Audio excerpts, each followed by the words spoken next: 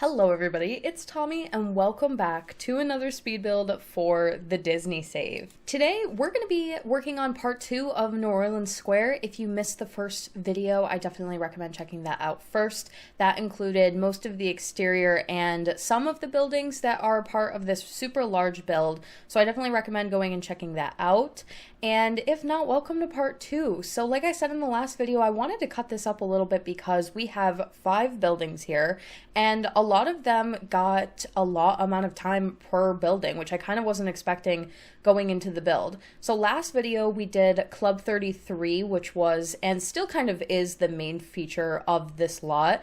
It is a bar and it's going to be what the lot is set as when you first download the Disney save, and probably what I'll also upload it for the gallery. But 2 of the most exciting parts of this lot I think are actually in this video, and that's why I really didn't want to chop the footage all up and tell you guys about it rather than actually just maybe cut it into 2 parts. So today we're going to be working on a candy store first and foremost, which is so fun. It's one of my favorite things to build in The Sims, honestly. Like, I love candy stores in real life, and building them in The Sims is so fun because I get to use lots of colors. And one of the new packs that we got for The Sims paranormal stuff actually comes with candy jars in the debug, so you can actually do a candy store more properly now, because I will say there is a little bit of a difficulty when trying to create a candy store because there really isn't a lot of items to use that are actually specifically candy, but we finally have dedicated candy jars. And even with some of the kits that we've gotten, and I think with cottage living as well, there are some things that are a part of the debug that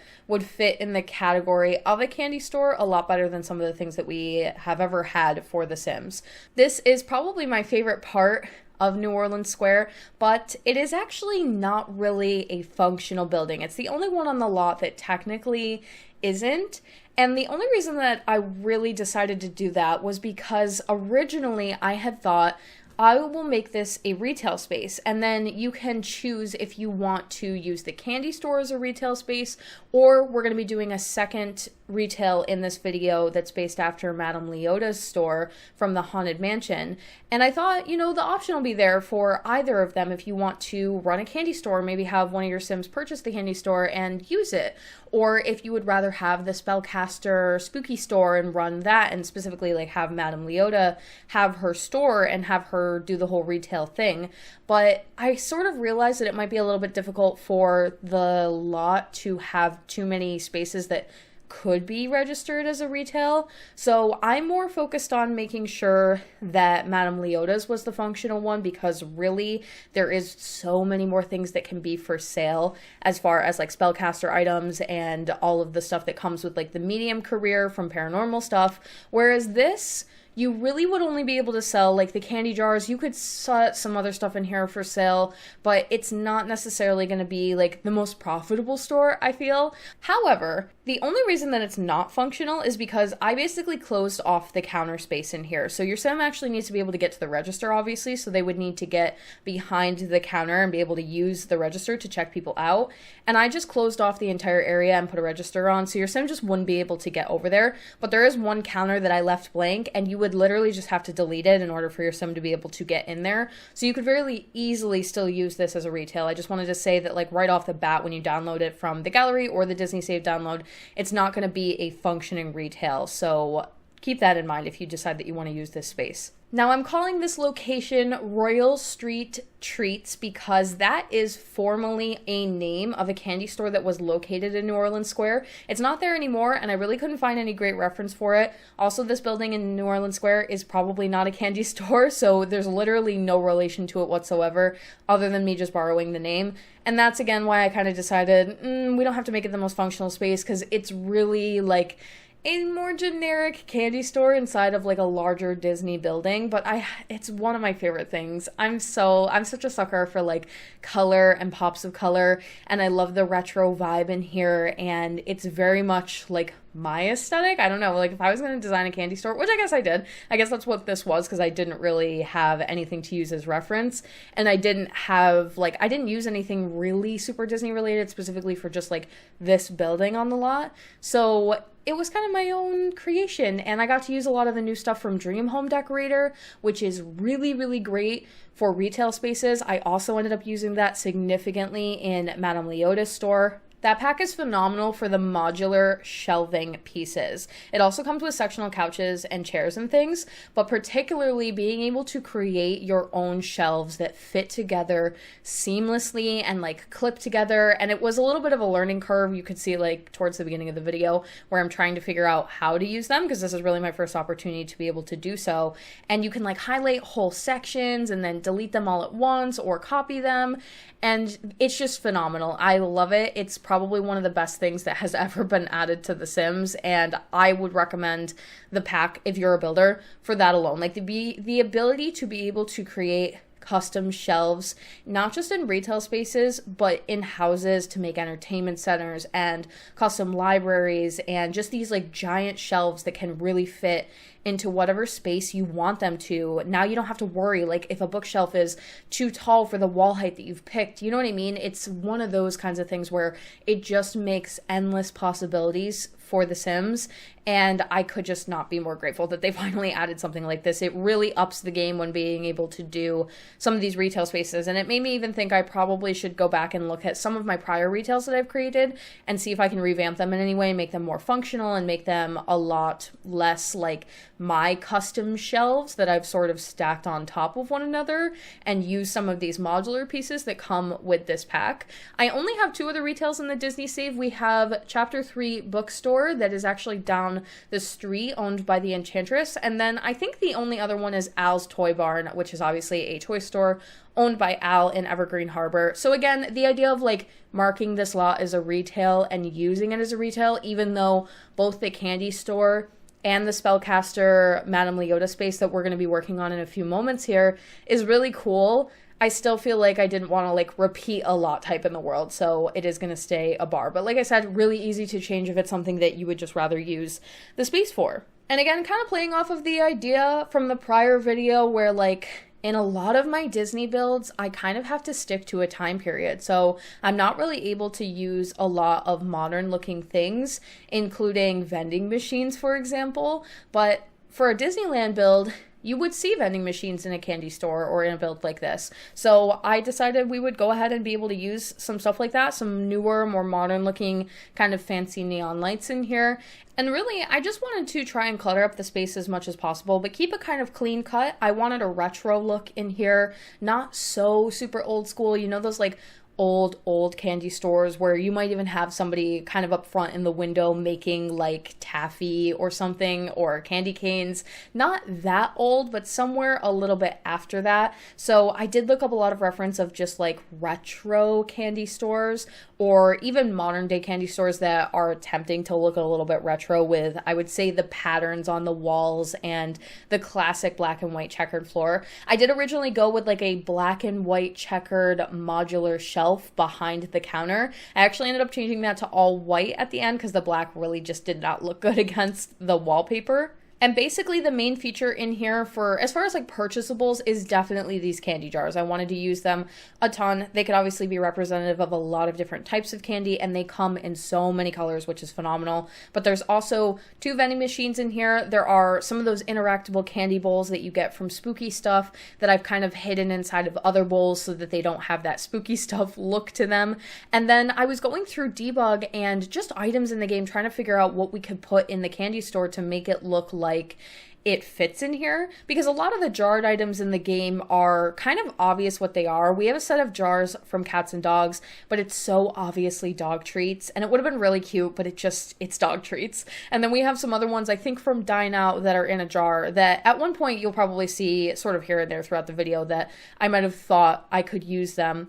But they're peppers. They're pickles and peppers and just vegetables like in little jars. When I was doing this on Twitch, people were telling me that Cottage Living does have some stuff in debug that would be really great for in this space. I just haven't bought the pack yet, and I really wanted to finish off this build. I'll probably go through the pack and update here if something is a little bit more appropriate for the space, like I was planning to anyway for all of Willow Creek. I'm just kind of waiting until I finish Willow Creek, and then I'm going to download Cottage Living and have a moment where I go back and update everything, and even like update my other worlds, because there are tons of other lots that need updating, not just here, but a little bit in Mount Komorebi, like right off the top of my head, I know for sure. Another thing that I did feature in here, and I debated about doing this because it's kind of tough when using debug food items from that catalog, because eventually most of the food spoils and goes bad and you really don't want that. But I decided that I just couldn't pass up the opportunity to use some of those fizzy drinks from Eco Lifestyle. They come in like glass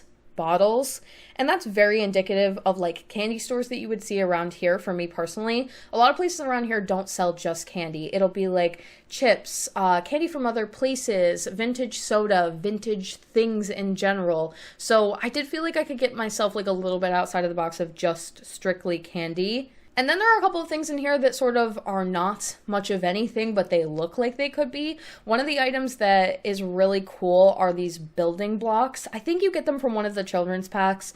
And if you size them up, to me, they kind of just look like generic boxes. So I was like, this could just be candy. So I ended up using a lot of those. They come in a lot of really great colors and they won't spoil. Your Sims will not just randomly take them. But I don't know, maybe a child sim will actually play with it. I'm not quite sure, but I'll have to double check that. But it fit really well into the space and it looked like it could just be like some kind of item that doesn't have any real designated purpose. It's like so generic that you could use it for multiple things. So I ended up using it as boxes of chocolate or boxes of candy, whatever you would like to call it, as well as some random stones and things like that from the debug that I thought could be raw candy or just like piles of candy in some way. I even at one point ended up making a little basket of like candy that goes on the table, and it's just gemstones from the Jungle Adventure pack, as well as, which is kind of not a part of the footage, and I'm really sorry about that, because at one point when I was building the candy store, I just couldn't find anything else to fill the shelves with, and I was getting really frustrated with it, so I ended up stopping the footage, also not really knowing that I was going to be making a part 2. Otherwise I probably would have just kept recording. But there is going to be a jump where the candy store is like not quite finished, and we're going to move on to Madame Leota's, but stay tuned to the end of the video for the screenshots so you can kind of see the whole picture. But one of the things that I ended up making that I am kind of bummed I didn't actually get the footage of is a gumball machine. That was like my thing that I was so bummed that I wasn't going to be able to put into this lot. And I just think that a gumball machine is something that we should have already had in The Sims. I feel like it could have come with Moschino. I know that sounds so weird, but I could see like high-end lofts and things like that having a cute retro style gumball machine. I could have seen Dine Out coming with it. There's just like, we probably should have already had one. It's such a classic item that really fits into so many different lots for different reasons. And I've always tried to come up with ways that I could possibly make one, because it seems like something that would be sort of possible. But it wasn't until we got paranormal stuff that I was actually able to make one that I felt like is satisfactory. Because what I did is I took one of those candy jars in the swatch where the candy is rainbow, so you have lots of color variation, and literally just sized it up once, and it looks like the topper of a gumball machine. So I ended up putting like a little statue underneath it so that it sits behind the counter and it's like connected all the way down to the floor, and it looks pretty good, I have to say. There is definitely a little bit of pixelation in the sized up gumball debug item, but it's one of the best versions that I've seen. Obviously not functional, but you do what you can with The Sims sometimes. You could even make, if you had more room, if this was a bigger space, you could make a bunch of them and kind of line them up and even set the toppers for sale so that people could come in and buy them, and it's kind of like buying gum, I guess you could say. But again, we really just need to have something like that added to The Sims. And not just that, but a cotton candy machine would have been really great in this space, or a smaller ice cream machine, not the ones that sit on the counter, but ones that are like dispensers almost, or soda dispensers, soda machines. And I'm pretty grateful that we have some newer vending machines that come with Mount Komorebi, but honestly, to get stuff like that it just seems like something that we should have already had by now, so it definitely would have been really useful for the space. But it's kind of exciting. It's like in the past, things have not been possible in The Sims, and like a candy store is something I always would have wanted to make, and even when coming up with ideas for the Disney save, would have wanted to come up with a reason to put a candy store into the save file, because it's just such a fun build, but probably wouldn't have been able to execute it in like any capacity that seems reasonable, because we didn't have a lot of like jar related items. And now with paranormal stuff, which is such a weird pack, like paranormal stuff, even if you're not an occult pack lover, I think this is one of the best stuff packs ever made. It has so much good clutter, and the furniture is really multi-use, and I feel like you could use it, like literally I end up using it here. I used it in Madame Leota's. I use it a ton all over this lot, and for different reasons, because the color palette is so great. I did also think about making the space into a cafe and making it functional for that, so you could switch it to a cafe lot type in order to use that, but it requires a couple of larger items that weren't going to fit in here super easily. I think one of them is a display case, but I think it's a little bit larger, or there's like a coffee one. There's a longer bar that's bigger than the display case that I've used in here that I believe is required for a cafe. So originally that was sort of my intention, but I really just wanted to be able to close off that back counter area and kind of not worry about it. One thing also that we're missing is like those counters that are just a top of a counter that you can lift up and walk through and then close behind you, so that it makes the counter space look like it's closed in, but your sim would still have the ability to get in and out very easily. Whenever I make a retail space, I often think about like leaving a counter side open so that your sim can get in there and like restock or work there or whatever, but it's not super realistic. Like you might even have a back room with a door behind it, which is something that you could do. Didn't obviously have the space to do it in this lot, but like I mentioned before, it wasn't a super big deal. I also was having a really hard time coming up with what I'm going to clutter the back shelf with. Everything in here was looking super good, and I loved the rainbow of candy jars off to the left, and I loved how the vending machines looked, but I wasn't really sure about what to do immediately when you walk in and that little like checkout counter. I knew I liked the shape and everything, and again, the modular shelves were super helpful. The ones that are a little bit more open are meant to have clothes in them, and if you go in really close to them, you can see that the bar for the clothing is actually still there, but I would say for the most part you're not really going to notice it. And I did pop some additional shelves in there because I liked the different dimensions of depth that it gave to the shelves, so that it wasn't just cubes the entire way down, but it still had a sort of like cut up vibe, but everything matched. And I just didn't really know like what we were going to put on those shelves other than just like repeating the candy jars over and over again. I ended up going with, yes, candy jars, the base game like little coffee pods that to me could really be anything. And like I mentioned earlier, those blocks from one of the children's packs sized up so that you couldn't really tell what they are, but they look like boxes of candy. And then across the top row, I ended up doing these really cool flowers from Dine Out that are like supposed to go on tables, and they come again in literally every color. So I was able to do like that rainbow effect across the top back of it.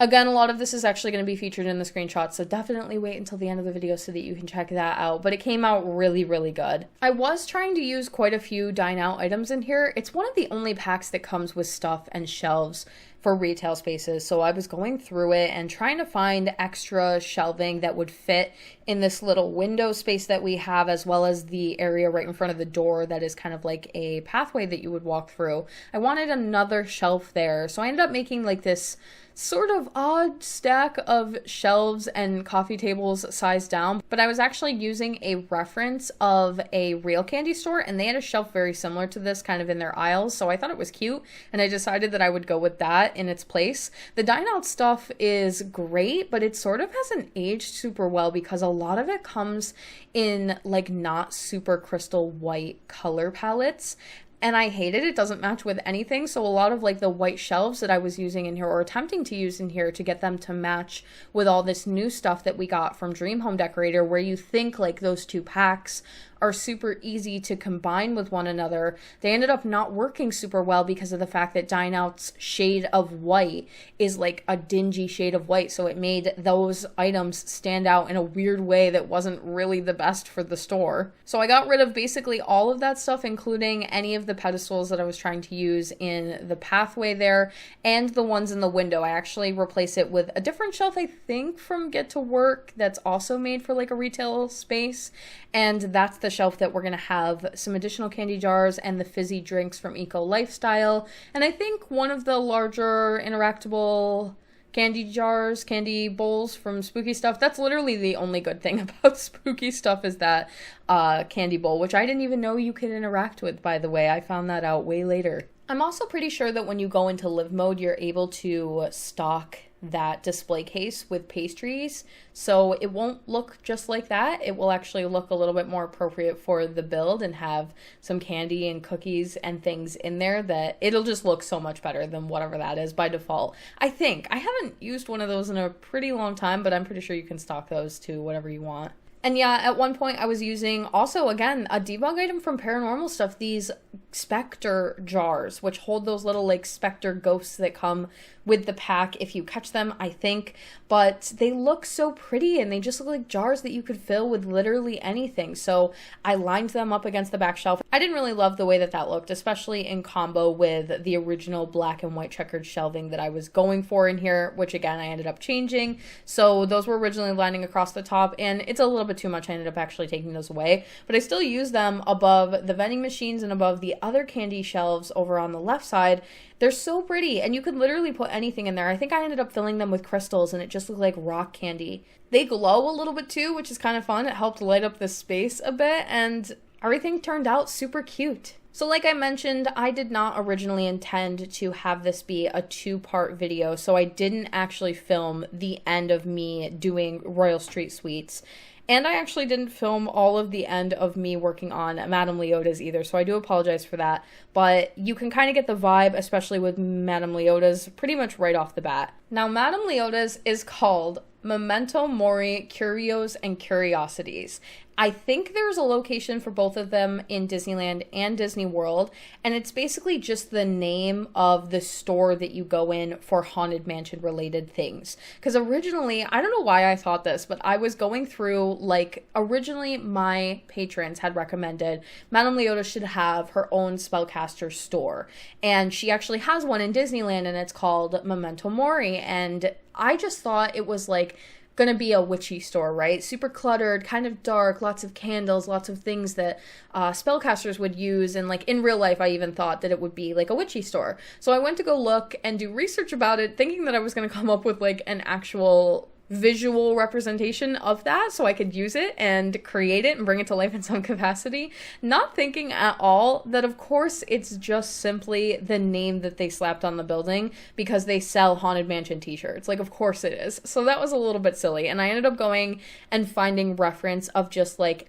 any spellcaster witch store, anything like that. And I had definitely like a visual of what I wanted. I wanted something kind of dark, low lit, lots of candles, super over cluttered, with like almost no organization to the items that are being sold, with the exception of a few things, because functionality wise for the Sims, if you don't make it so that Sims can kind of more easily get to certain items or have them set for sale and make them easy to replace, it can get a little bit annoying. And I'm not going to claim that the way that the store turns out is going to make it the easiest retail to run. I don't think that at all. It's very cluttered in here, and I think Sims are definitely going to have a little bit of a difficult time getting to the things that they want to get to. But nonetheless, I think the aesthetic was far more important here this time around.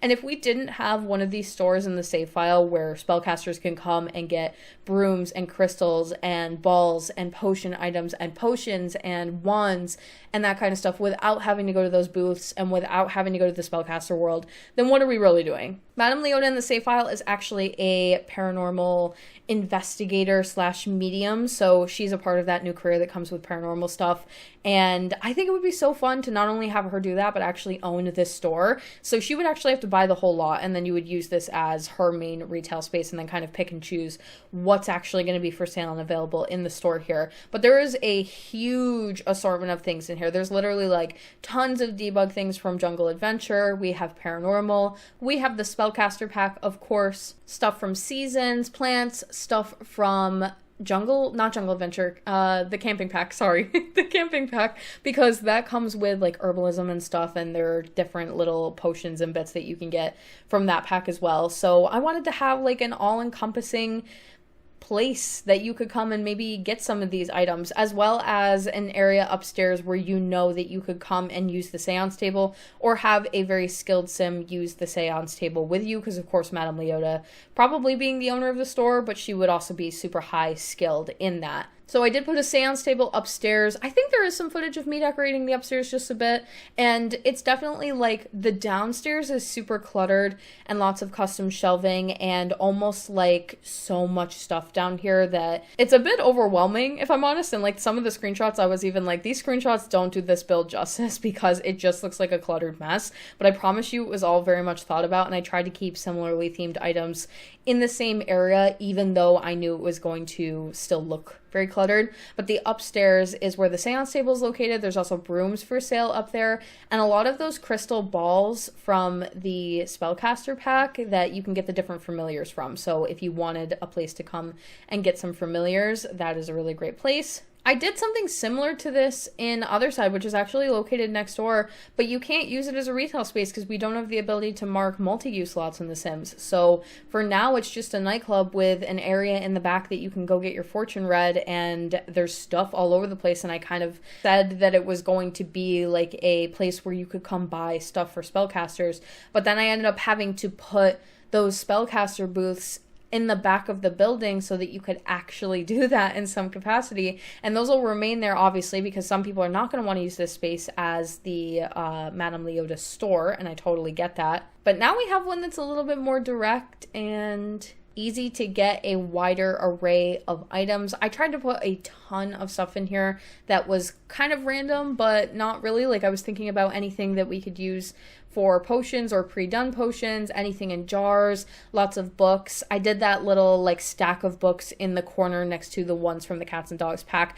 They're actually floating quite a bit and like not sitting super properly on top of one another, so I'm gonna have to go in and fix that with Tool and get it to actually sit right. But the idea of it, I would really just love an item like that, like a tall stack of books that's kind of set in all different directions. That would be so useful for like literally every build, especially like down the line. I'm thinking about the Beauty and the Beast library, and that one's actually pretty neat. Like all the books are seemingly on shelves, but I could see maybe wanting like to do that space with some book clutter and things, and being able to not have to personally stack every single book would be quite nice, I think. The only thing I didn't like about this build was the front door. I hated the fact that it was white, but it was too late to go back because I already designed the outside of the building and I love the way the outside of the building looks. It fits super well into the area, so I really couldn't go back and switch it. I guess I could have changed it to black and it might have fit inside the space a little bit better, but I really did like the way that it looked originally on the outside. So yeah, it's one of those things where like in real life you would paint the door